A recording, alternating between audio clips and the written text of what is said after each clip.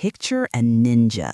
Black mask, black suit, silent rooftops, a blade flashing in the moonlight.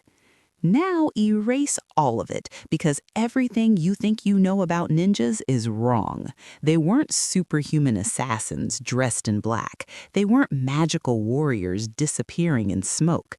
They were something far more dangerous. Give me 8 minutes and I'll show you the real ninja. Not a movie character, but a spy, a saboteur, and a survivor hiding in plain sight.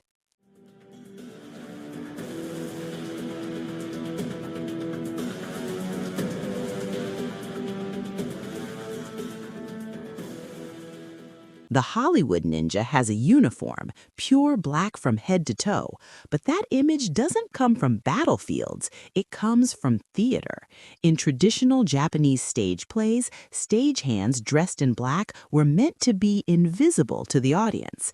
When a character suddenly attacked while wearing black, the visual language stuck. Centuries later, movies mistook theater symbolism for historical reality. In real life, a ninja dressed like that would have stood out instantly. If you saw a man in full black sneaking around a feudal castle, you wouldn't think stealth, you'd think intruder. Real ninjas dressed as farmers, monks, merchants, whatever blended into the environment. Their greatest weapon wasn't darkness, it was anonymity. The best ninja mission ended without anyone realizing a ninja had ever been there.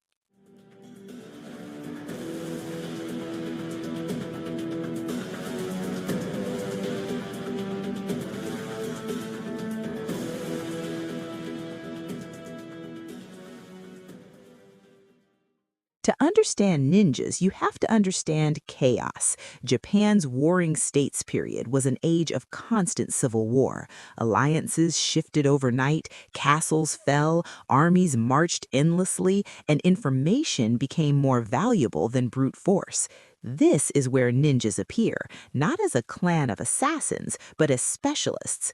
The mountainous regions of Iga and Koga were perfect breeding grounds. Isolated terrain, tight-knit communities, people forced to survive through cooperation, secrecy, and local knowledge. Warlords didn't hire ninjas to win glory, they hired them to answer questions. How many soldiers does the enemy have? Which gate is weakest? Who is planning betrayal? One of the most famous examples is Hattori Hanzo, who helped Tokugawa Ieyasu escape after his allies were assassinated. It wasn't a flashy rescue, it was careful planning, hidden routes, and trusted locals guiding him through hostile territory. No magic, no sword fights, just survival.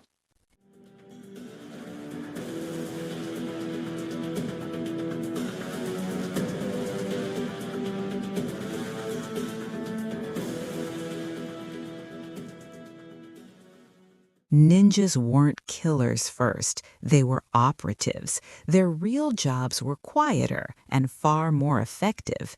They spied on enemy camps, counting supplies and troops. They spread rumors to weaken morale.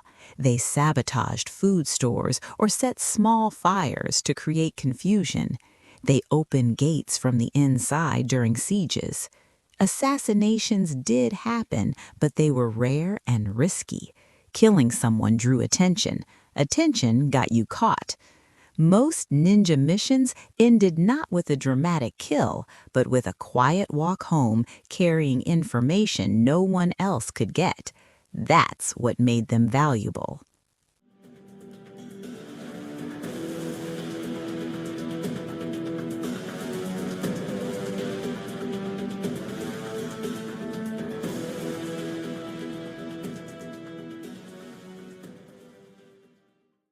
Let's talk about the tools. Shuriken, throwing stars, were not deadly main weapons. They were distractions, backup tools, something to slow a pursuer or create an opening. Ninjas used everyday items, ropes, hooks, farming tools, small blades that didn't look suspicious. If captured, their gear wouldn't scream spy. And the supernatural? There's no historical evidence for invisibility, walking on water, fireballs, or teleportation. So where did those stories come from? from exaggeration. Ninjas operated at night, they used disguises, they understood basic chemistry, smoke, powders, small explosives. To outsiders, it looked like magic. The more the story spread, the less human the ninja became, and the less true.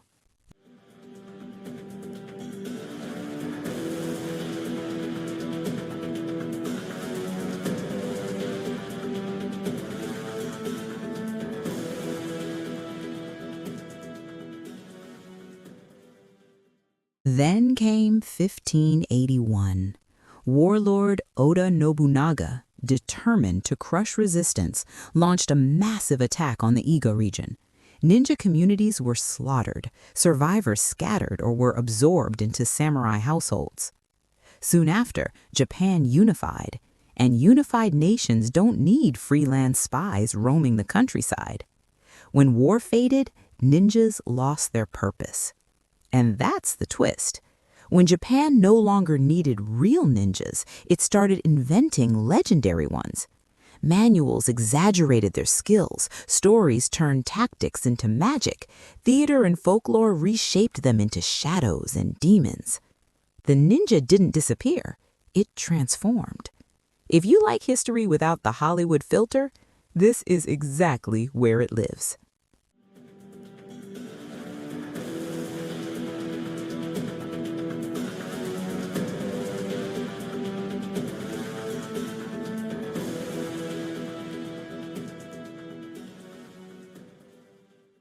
The legend traveled fast.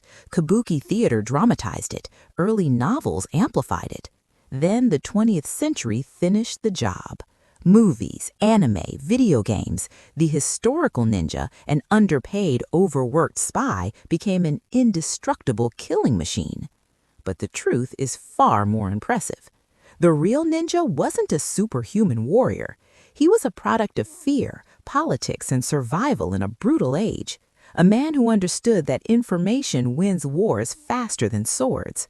And maybe that reality is more dangerous and more fascinating than any myth.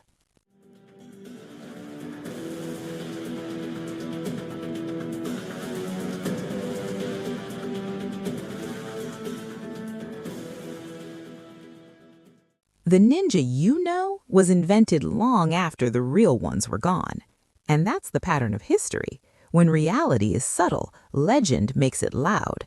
If this video changed how you see ninjas, let me know in the comments. And if you want more history with the mask pulled off, subscribe to Mask of History. Next time, we'll expose another warrior culture where myth replaced the truth.